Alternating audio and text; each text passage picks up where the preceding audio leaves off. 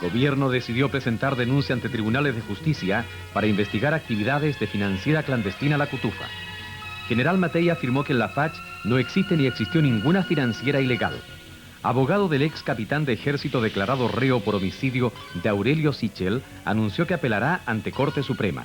Edgardo Benninger informó que Gobierno mantendrá conversaciones con partidos de oposición para estudiar reformas a la Constitución. En gigantesco incendio en Hollywood ardieron estudios cinematográficos de la Universal.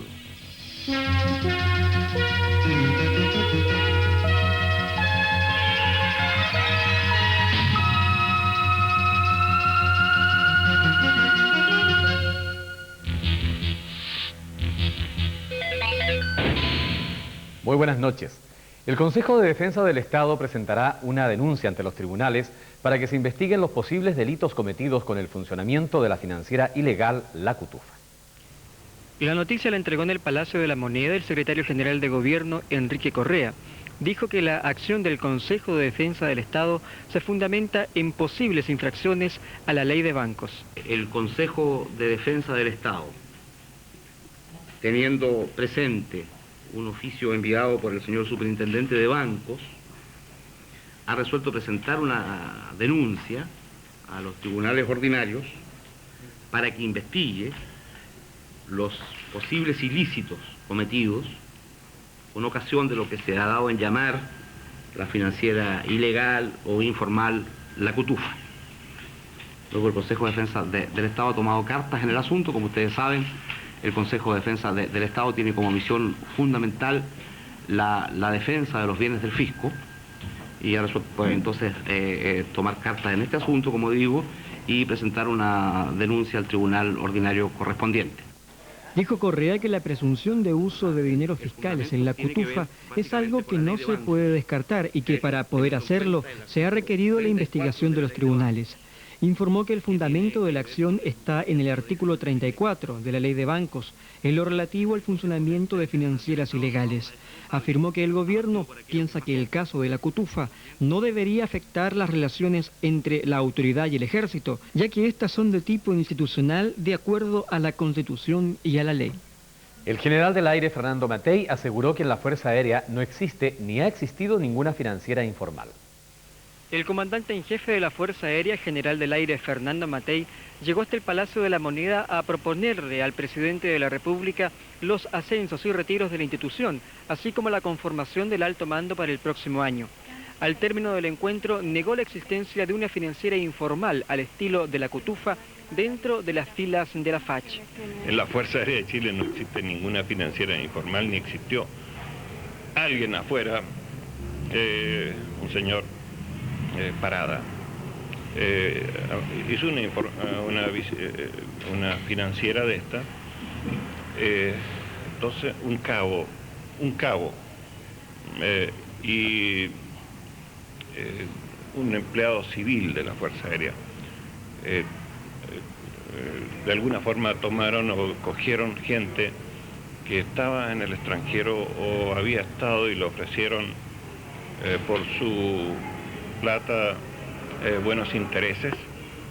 Estos muchachos, casi todos suboficiales también, mal aconsejados, decidieron tomar esta proposición y por supuesto llegó el momento que fueron estafados. Esto sucedió un año y medio atrás, entonces el empleado civil fue dado de baja, el cabo fue detenido y procesado por usura por la Fuerza Aérea, se fugó y no sabemos a dónde está ahora. Con relación a La Cutufa, dijo que no le gustaba opinar de otras instituciones y lo que pasa dentro de ellas. Solamente espero que todas estas cosas se aclaren, porque el prestigio del ejército debe mantenerse en alto en forma muy clara, y creo que los mandos del ejército, el alto mando está haciendo precisamente eso, limpiando y aclarando problemas que pueden haber creado por estar la atención de ellos más bien obligadamente en lo político y no tanto en la institución como debería haber sido. Así que yo creo que todo eso va a pasar pronto. No hay seguridad de la presencia del capitán en retiro Patricio Castro en Paraguay. Despacho especial para Panorama desde ese país. Para Canal 11 de Santiago, un informe especial de Adolfo Rufo Medina del diario ABC Color de Asunción, Paraguay. El jefe del Departamento de Interpol Filial Paraguay, comisario Blas Arévalos, aseguró que no existe ninguna orden de captura contra el ciudadano chileno Patricio Castro, ex agente de la Central Nacional de Informaciones de Chile, involucrado en un escándalo de financieras clandestinas ligadas a instituciones militares chilenas que habría huido de su país. Informes recogidos por nuestros propios medios en diversas fuentes indican que Castro habría salido hace unas semanas de Chile, hacia fines de septiembre, en un vuelo regular comercial con escalas en Buenos Aires y Sao Paulo y con destino final a Europa. Sin embargo, se supone que Castro descendió del avión en una de sus escalas sudamericanas y se habría dirigido hacia nuestra capital en ómnibus, habiéndose hospedado en un hotel ubicado en las inmediaciones de la terminal de ómnibus de Asunción. Otras versiones indican, sin embargo, que Patricio Castro, al conocerse su presencia en nuestro país, habría seguido viaje hacia el Brasil. El titular de la Interpol paraguaya dijo que en caso de que existiese un pedido de captura desde Chile, ellos procederían a cumplirla. Informaciones publicadas hoy por la prensa local dan cuenta por su parte que Chile pedirá la extradición de Castro si la policía comprueba que huyó a nuestro país. Arévalos también desmintió que nuestro país se encuentra en agentes especiales chilenos con la misión de buscar a Castro, como lo había afirmado un despacho de la agencia española EFE fechado en Santiago de Chile. Nosotros vamos a investigar para ver si realmente está en nuestro país, pero no existe nada oficial sobre el ex agente, ni siquiera por teles, dijo Arévalos, enfatizando que ni siquiera la embajada chilena en nuestra capital hizo ninguna gestión al respecto.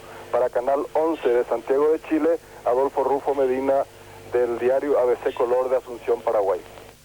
En el panorama internacional, un hombre disparó 2 balazos cerca del presidente Mikhail Gorbachev durante un desfile en la Plaza Roja, conmemorativo del 73 aniversario de la Revolución Bolchevique, donde se enarbolaron letreros acusando al líder soviético de traicionar al socialismo con sus reformas. El agresor, un hombre de 39 años, fue apresado y arrastrado por la Policía de Seguridad de la KGB mientras se resistía desesperadamente. Pero Gorbachev y otros líderes situados a unos 150 metros no percibieron el incidente. El hecho se produjo luego de una controvertida exhibición militar en la Plaza Roja, en que el ejército soviético mostró por primera vez su misil balístico intercontinental móvil SS-25, y en momentos en que desfilaban numerosos cuadros civiles. Las protestas populares en esta ocasión se generalizaron. Un sector procomunista de los manifestantes portaba retratos del extinto dictador José Stalin, denunciado por Gorbachev y otros reformistas por su régimen sanguinario. Pero junto a las efigies de Stalin había otras pancartas que condenaban la transición de Gorbachev hacia una economía de mercado, mientras que otros letreros atacaban personalmente tanto al líder del Kremlin como a su rival político Boris Yeltsin. Sin embargo, a juicio de un veterano diplomático occidental, a pesar de todo el colorido de las banderas, el aniversario número 73 de la Revolución Bolchevique pareció esta vez más bien una procesión fúnebre, en el que también desapareció el entusiasmo que provocaba su sola memoria hasta hace un año. En nuestro país, decretos enviados por el presidente de la República a la Contraloría respecto de los ascensos y retiros del ejército no consideran grados de antigüedad. Subsecretario de Guerra, Marcos Sánchez, confirmó que los ascensos de los brigadieres generales Guillermo Garín y Richard Coan fueron firmados. Los decretos de ascenso a mayores generales y a brigadieres generales se encuentran desde el viernes pasado en la Contraloría para su toma de razón. ¿Cuánto tiempo puede durar eso? Presidente de la República. Es relativo. ¿Cuántos decretos son? Son 4 ascensos a mayores generales y 10 ascensos, si mal no recuerdo, a brigadieres generales. Eso se deduce que los decretos respecto a los ascensos, los generales Garín y Cuas, fueron firmados por el jefe de Estado. Fueron firmados por el jefe del Estado y se encuentran en la Contraloría junto con los ascensos de los brigadieres generales Espinosa y de Reguirandi al grado mayor general. De eso se deduce también que según el gobierno ellos pueden ascender al grado mayor general. Naturalmente. En cuanto a las destinaciones en el ejército, precisó que aún no han sido presentadas formalmente, aclarando que ellas también son privativas del jefe de Estado. El ejército argumenta su posición en tanto en lo que se llama grado de antigüedad. De acuerdo a este, los generales Garín y Cuás no podrían ascender ya que se encuentran por debajo del general Carlos Parera si es que éste permanece en la institución. En todo caso, esta situación será resuelta por la Contraloría. El organismo determinará si la posición de ambas partes se ajustan a la legalidad. En la eventualidad de rechazar algún decreto supremo, existiría la facultad de insistencia presidencial que obliga a tomar razón. En cuanto al general Carlos Parera, cuyo ascenso institucional fue objetado, este asistió como es habitual a la reunión de seguridad en La Moneda, negándose a emitir declaraciones. Consultado por su posible retiro del ejército, dijo: ¿por qué tendría que hacerlo? En el cementerio general fueron incinerados los restos del mayor de ejército Manuel Antonio Flores Galano, asesinado en la comuna de Loprado. El uniformado fue ultimado en la avenida Neptuno con general Bonilla la noche del martes recién pasado en el interior de su automóvil cuando se encontraba en compañía de una joven. La mujer fue identificada como Paola del Carmen González Aedo, de 21 años de edad, ex secretaria de la víctima cuando se desempeñaba en la CNI. Como informáramos en el día de ayer en forma exclusiva, en el interior del vehículo fue encontrada documentación vinculada con la financiera clandestina La Cutufa. El cuerpo del oficial de ejército fue incinerado en el cementerio general. Sergio Rodríguez Wallis, abogado defensor del ex capitán de ejército Patricio Castro, declarado reo como autor del homicidio del empresario Aurelio Sichel, apelará a la Corte Suprema por el fallo. El profesional Sergio Rodríguez Wallis, abogado de Patricio Castro en el problema de La Cutufa, manifestó estar totalmente seguro de la inocencia de su cliente. Primero que todo, yo estudié el fallo, que es relativamente breve. Me permito no coincidir con las opiniones de los dos ministros que encargaron reo a mi cliente, pero respetuosamente voy a seguir el trámite que corresponde, que es apelar ante la excelentísima Corte Suprema.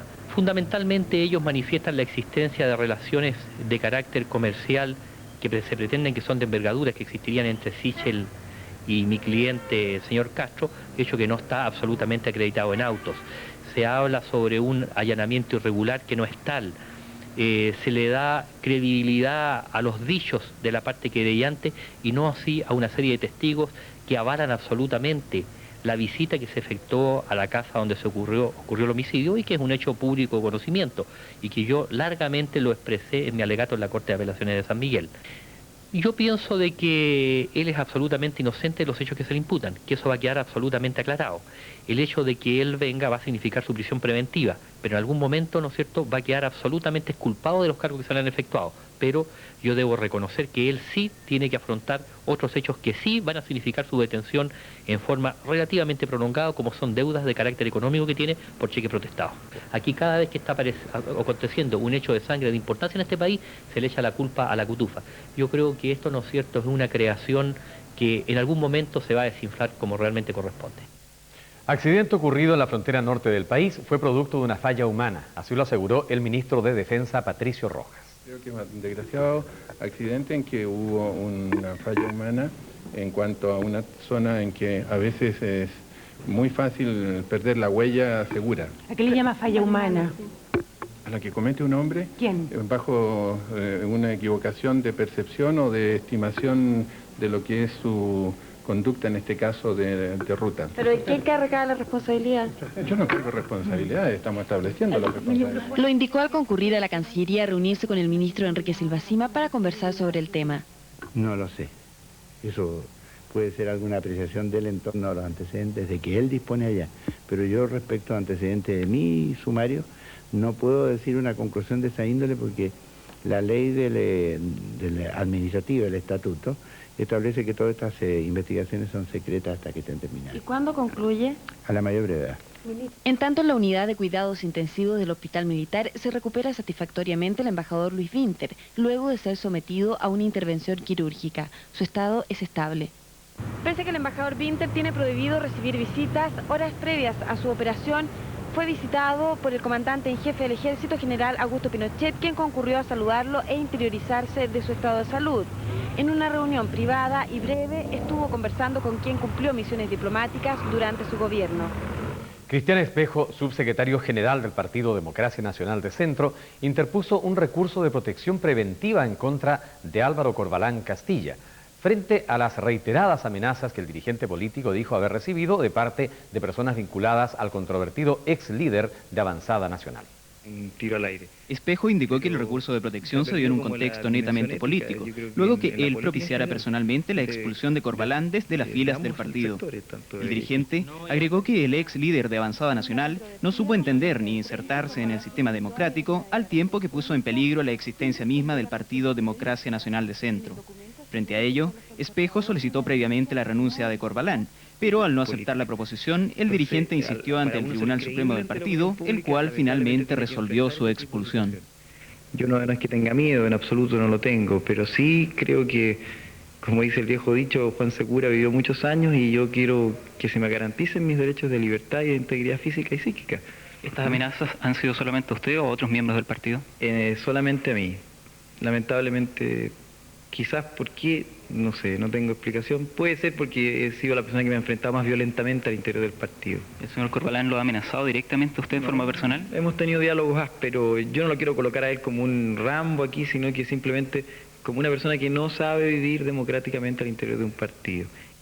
El ministro secretario general de la Presidencia, Edgardo Benninger, indicó que en corto plazo comenzará un intercambio de opiniones con partidos de oposición para el estudio de reformas a la Constitución. Estamos a nivel de concertación con anteproyectos más o menos avanzados en términos de lo que sería el paquete mayor de reformas constitucionales y estamos disponiéndonos en breve a iniciar un intercambio de puntos de vista y de ver puntos de coincidencia con probablemente al menos con Renovación Nacional e invitando naturalmente también a la UDI a participar si quisiera. Pero eso tenemos que afinarlo y sería un grupo de trabajo con participación obviamente de parlamentarios y de gente del gobierno y los partidos de la concertación. Indicó que entre las reformas en las que se está trabajando están las relativas al sistema electoral, a los senadores designados, al Tribunal Constitucional y a la Ley Orgánica de Fuerzas Armadas. Esta última en lo que concierne a la inamovilidad de los comandantes en jefe, clarificando que este punto se trataría a futuro, después del término del actual periodo presidencial. Una activa jornada informativa que resumimos para ustedes a esta hora en nuestro panorama central, cuando son las 20 horas con 20 minutos. Luego, en el panorama internacional, les contaremos de las elecciones legislativas en Estados Unidos que dan ventaja a demócratas.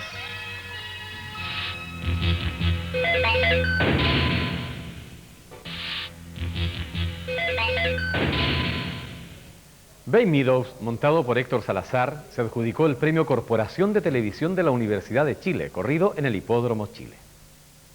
Comienzan a prepararse y partieron.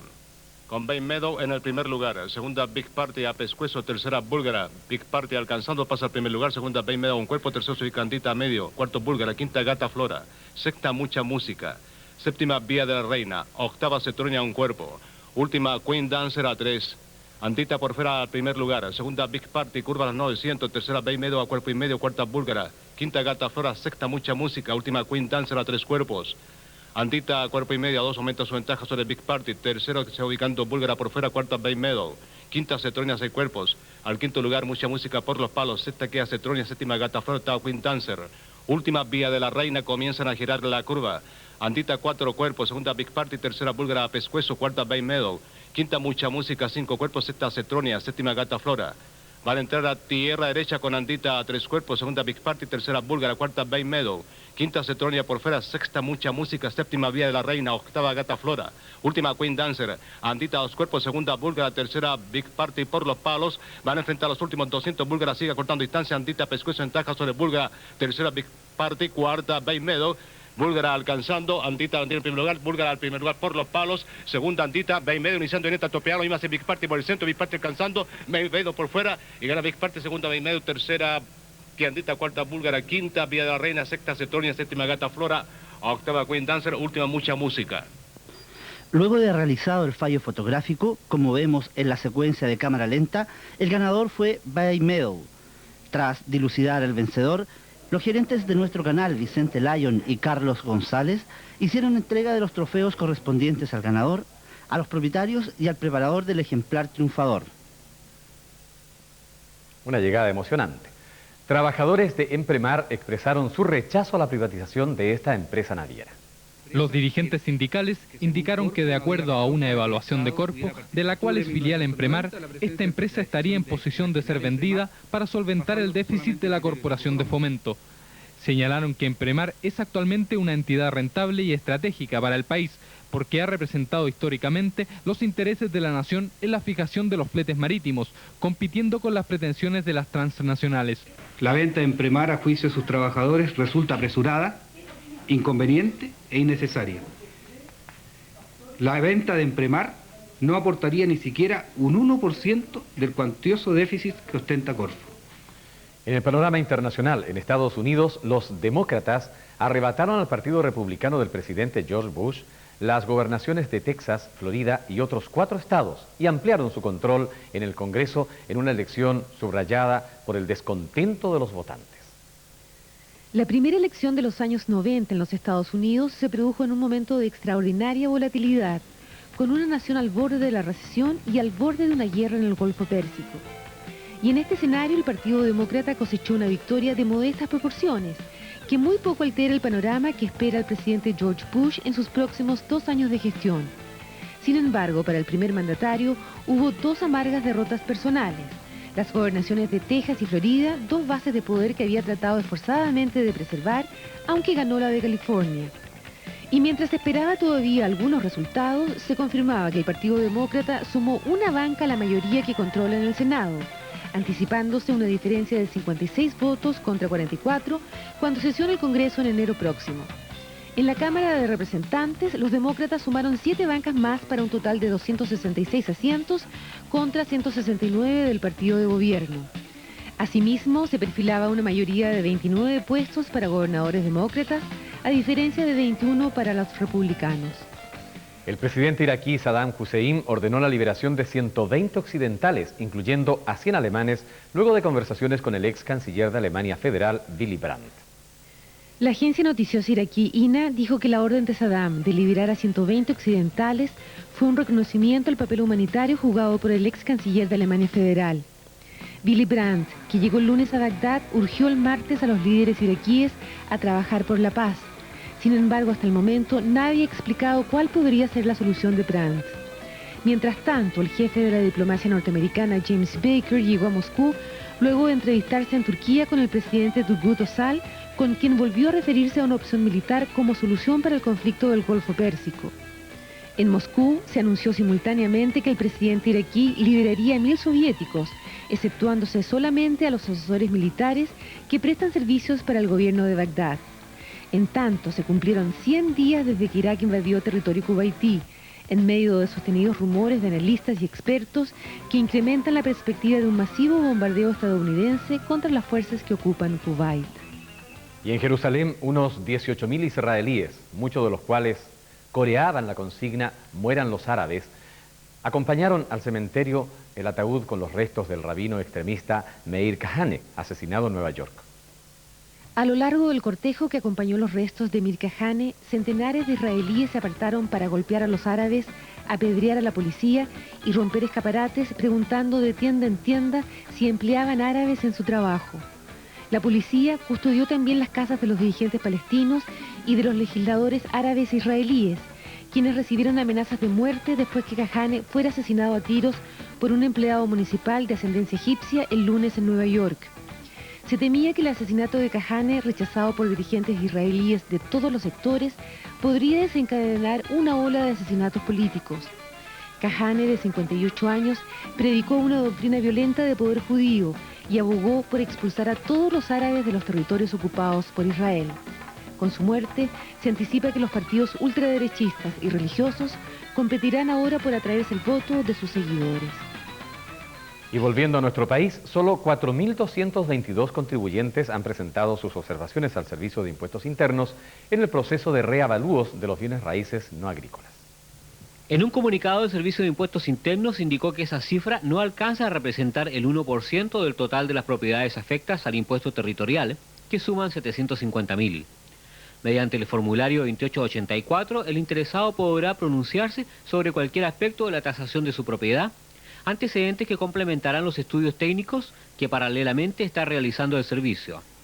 Las observaciones serán muy importantes para el próximo proceso de reavalúo que regirá a contar del segundo semestre del próximo año y que determinará la tasación definitiva de las propiedades no agrícolas de todo el país. El plazo para presentar el citado formulario vence el 30 de noviembre próximo.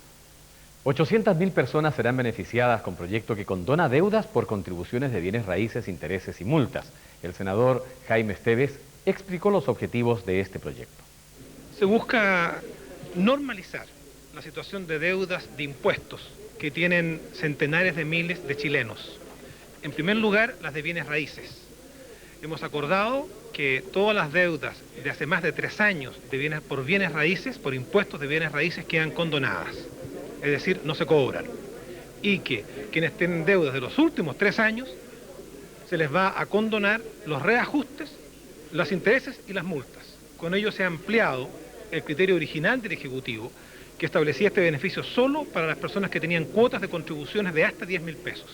Ahora, la Comisión de Hacienda ha acordado, naturalmente con el respaldo del Ejecutivo, porque esto excedería si no nuestras facultades y con la colaboración del Ejecutivo, ampliar este beneficio a todos los deudores de contribuciones de bienes raíces. Por tanto, 530.000 personas o contribuyentes de deudas de bienes raíces podrán saber ahora que queda su situación normalizada a quienes debían hace más de 3 años, quedan absolutamente condonados, y a los que tienen deudas de estos últimos 3 años deben pagar la deuda nominal original sin reajustes, sin multas y sin intereses. Estas son las noticias que les entregamos en nuestro panorama central. Son ya las 20 horas con 30 minutos. Luego les contaremos que daños multimillonarios dejó un incendio en los estudios Universal.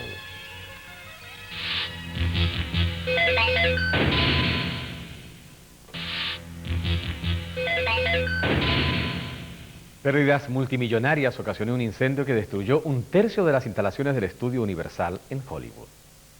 El siniestro hizo recordar la famosa secuencia de Lo que el viento se llevó, correspondiente al incendio de Atlanta, que en 1939 se logró quemando escenarios de viejas películas. En esta ocasión, ardieron los decorados que se utilizaron en Dick Tracy, Regreso al futuro, King Kong y diversas producciones ambientadas en un Nueva York de cartón y madera.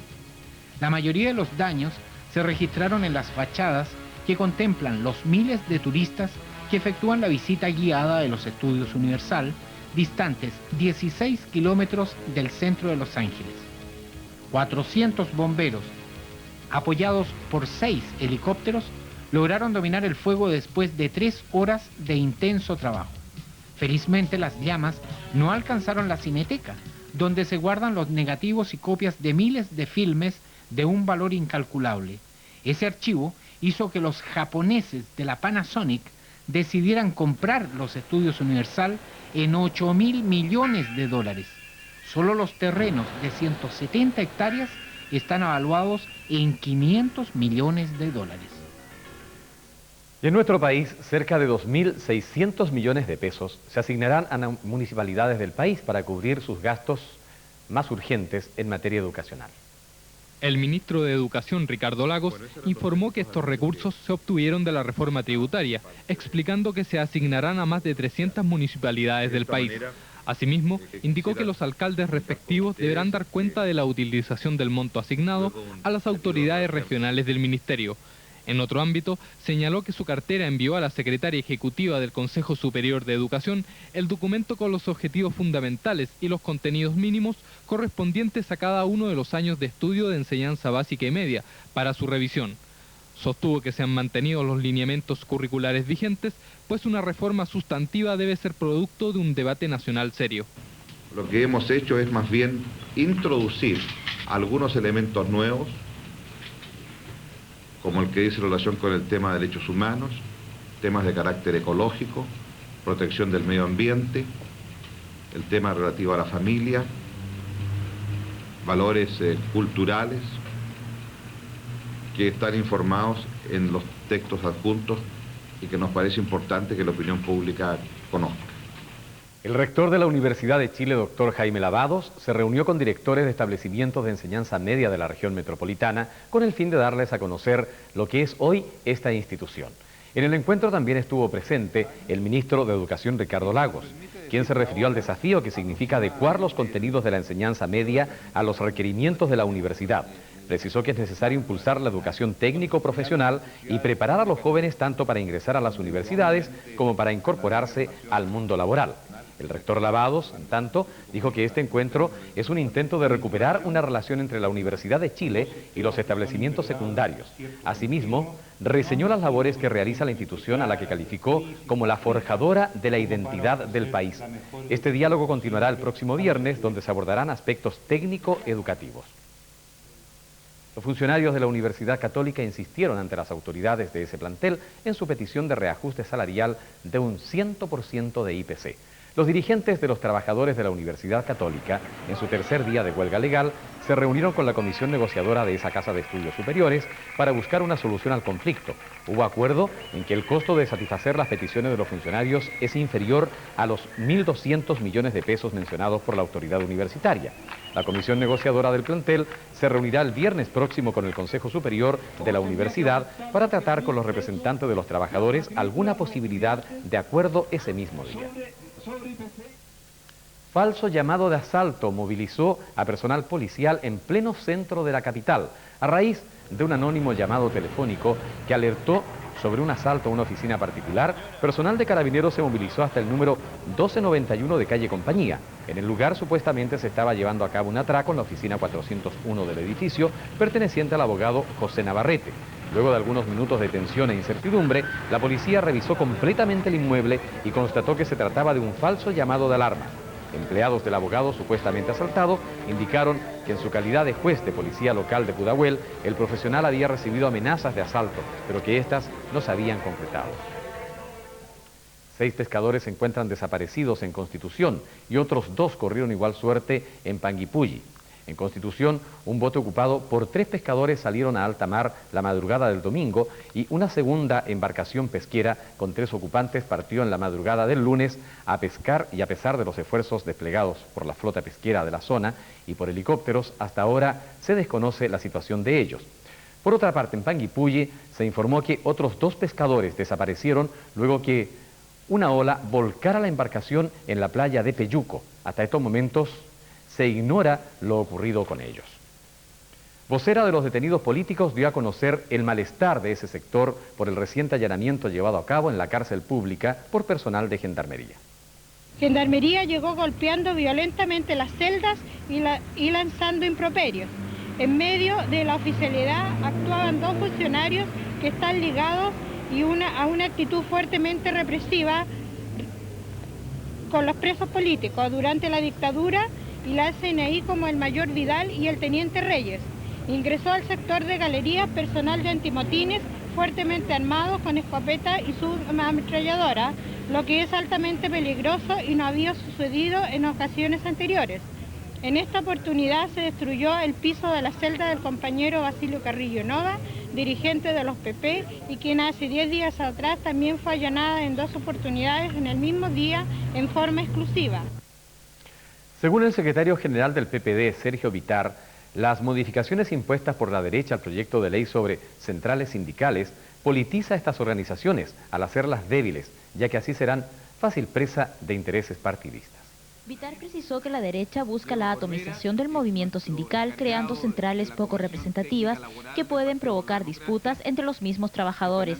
Añadió que esto puede perjudicar el éxito de la transición a la democracia. En una declaración leída por Diego Corvera de la Comisión Laboral del PPD, el partido fijó su posición al respecto. Estas modificaciones constituyen la demostración de la falta de voluntad política de la derecha para que los trabajadores se puedan dar una organización sindical de la manera que ellos estimen más adecuada para la defensa y representación de sus intereses. Esta conducta no tiene más motivación que la profunda desconfianza que la derecha siente por los trabajadores. El PPD propone que el gobierno asuma 2 iniciativas para superar el conflicto producido por la derecha. Estas serían que se someta al Parlamento la ratificación de los principales convenios de la OIT y que se acelere el estudio del Estatuto de los Funcionarios Públicos y Municipales. La sucesión López Farfán exige la devolución del predio Los Cristales de Curicó, o en su defecto, una indemnización del Estado de acuerdo al fallo de la Corte Suprema después de 17 años de juicio. El fundo de más de 1000 hectáreas fue objeto de una toma en 1965. Posteriormente, en 1968, fue expropiado por el gobierno de Eduardo Frei sin que se cancelara nada por el valor de la propiedad a los dueños, la sucesión López Farfán. En 1974 se inició un juicio de caducidad que solo terminó con el fallo reciente de la Corte Suprema en favor de la sucesión López Farfán. Entre tanto, fueron entregados los títulos de dominio a más de 40 parceleros del predio que fueron representados en este proceso por el Consejo de Defensa del Estado. Según lo explicó el abogado demandante Lindor Pérez, el terreno debe ser devuelto a sus propietarios. Precisó que están seguros que el gobierno encontrará una solución justa para las personas que lo explotan en la actualidad, de las que solo quedan 7 dueños originales, ya que el resto vendió las parcelas, aún sabiendo que el litigio estaba pendiente. Añadió que otra alternativa sería una indemnización a la familia. No entregó un monto preciso, aunque dijo que el fondo está evaluado en más de 3.000 millones de pesos. En tanto, uno de los miembros de la familia favorecida con el fallo, Jaime López, dijo que no pretenden causarle problemas al Estado con el desalojo y se refirió a los actuales inquilinos. Ahora, ¿cuáles son los parceleros? Está una firma, los agrícolas Los Cristales, donde la firma es una sociedad con firma extranjera, donde hay millones de dólares por detrás, pero ellos no muestran la cara. Cabe destacar que próximamente se dictará el cumplimiento del fallo y en consecuencia se cancelarán las inscripciones de dominio a nombre de la Cora y también las posteriores, pudiendo solicitarse el auxilio de la fuerza pública para el desalojo. El presidente de la Federación de Industriales del PAN, Manuel Suárez, afirmó que el precio del pan no ha sufrido variaciones en los últimos 30 días. El dirigente de Fechipan rebatió los antecedentes entregados ayer por el INE en el sentido que el valor del popular alimento había sufrido una variación del 5,29% en el pasado mes de octubre. Al respecto, Suárez sostuvo que el precio del pan no ha sufrido variaciones en los últimos 30 días y que las cifras del INE corresponden a septiembre, porque las tabula con cierto rezago. El dirigente aseguró que el precio de la harina sí ha subido en el último mes, pasando de 4.500 pesos a 5.310 pesos el quintal IVA incluido. Suárez dijo que cada industrial deberá ajustar sus costos a estos nuevos precios, sin perder de vista que las ventas están restringidas y el consumo mantiene una tendencia a la baja. Constanza Morel, de 21 años, es la flamante nueva señorita FISA 1990. La soberana cursa actualmente estudios de publicidad y turismo y en esta ocasión representa al Banco Osorno. Como premio, la hermosa reina recibió una motoneta automática y 2 pasajes a Río de Janeiro. Como primera virreina de la Feria Internacional de Santiago resultó elegida María de los Ángeles Bulnes, de 19 años, estudiante de arte y representa al pabellón de Estados Unidos. El jurado del certamen de belleza estuvo encabezado por Gerardo Arteaga, presidente de la muestra, y hasta las instancias de semifinales accedieron un total de 16 bellas jóvenes participantes en la exposición. Y a continuación, el informe y pronóstico del tiempo para mañana jueves, 8 de noviembre. Santiago estará despejado con temperaturas extremas probables de 9 grados la mínima y 26 la máxima. Valparaíso nublado, temperatura mínima 10 grados, máxima 17. Las extremas de nuestra capital, mínima 9 grados, 3 décimas a las 7:45 de la mañana, máxima 24 grados 6 décimas a las 16 horas. La restricción vehicular para toda el área metropolitana, dígitos 3 y 8. Adicional, área central, 4, 5 y 6. Y así estamos finalizando nuestro informe para ustedes en este panorama central. Muchas gracias por vuestra atención. Muy buenas noches.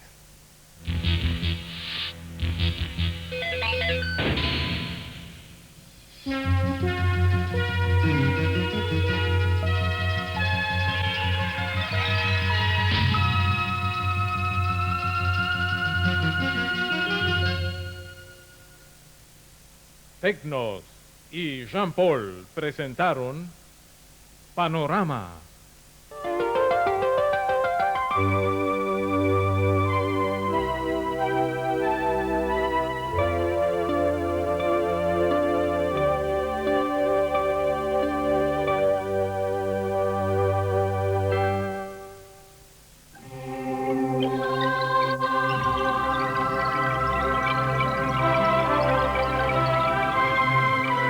Transmite Universidad de Chile Televisión.